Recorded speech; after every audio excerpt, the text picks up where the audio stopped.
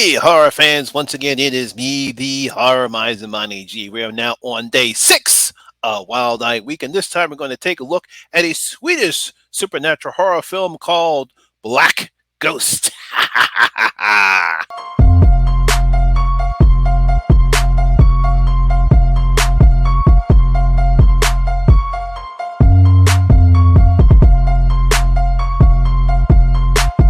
Don't fuck with them hoes. Now, Black Ghost is a 2015 Swedish supernatural horror film. It was written and directed by Andreas Mariwell. Now, the film stars Sandra Karenstadter, Katrina Lumblund, and Johan Sojberg. I believe I pronounced his name right. Now, in this film, in an attempt to reunite with her dead girlfriend, Maya invokes dark forces through occult rituals with devastating effects. She has opened a portal to hell and must now fight to survive against a small band of angry and deadly spirits who twist and turn her reality into a living nightmare. Stop doing strange stuff when you don't know what you're doing. I've been trying to find any other movies that Andreas Mariwell has done. It looks like she's only directed another movie called Alien Goddess.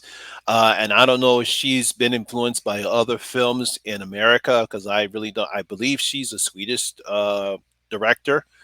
But obviously, for some reason, based upon after seeing Black Coast, she must have been influenced by Hellraiser, Hellraiser, and maybe even the Altered States because I got a combination of the two after watching this film.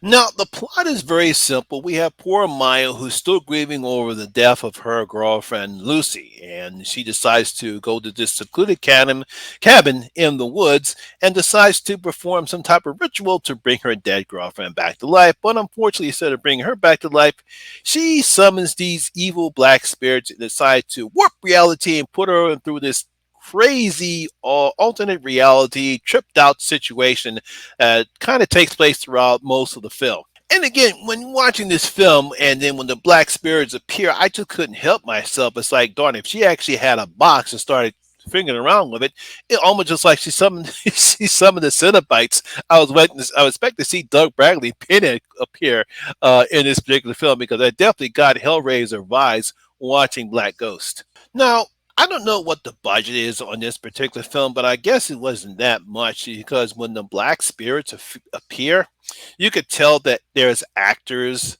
on the screen, but for some reason, I guess during editing, they have this type of real funky black smoke or whatever. I couldn't really tell how they did it around them to make them, I guess, make them look frightening, but they're really not. I actually thought it was kind of funny.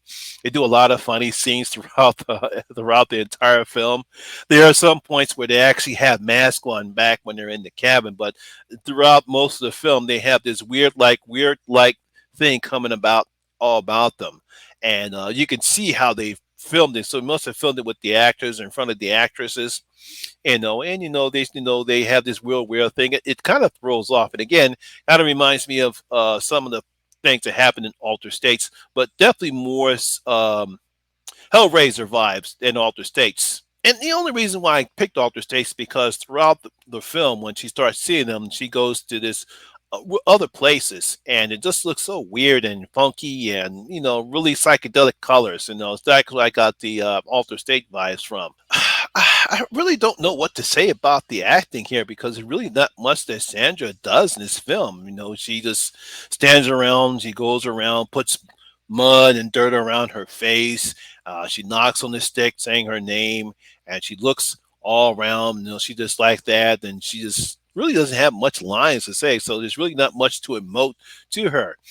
We get to see, we're seeing flashbacks between her and Lucy, but they don't say anything. Like there's really no any lines. All we see is just people talking in Sweden, and maybe she does have some lines in Sweden, but that's about it.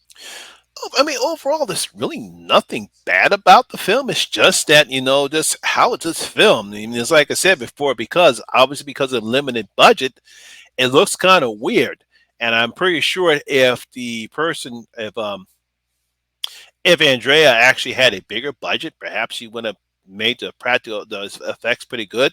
Like I said before, I really don't fault anyone. You only try when you're making films. You only can do what your budget allows you to do.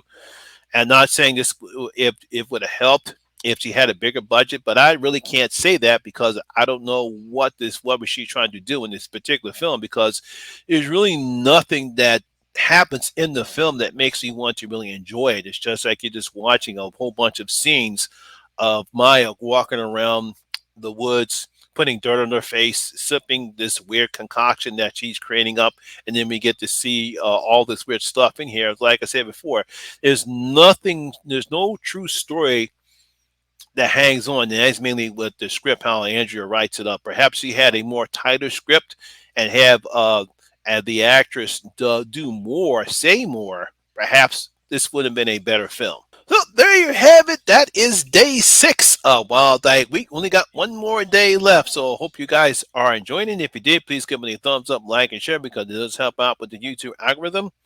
Also, if you're new here, please hit that subscriber button, ring that notification bell. That way, you'll be notified anytime when I put up new videos such as this one.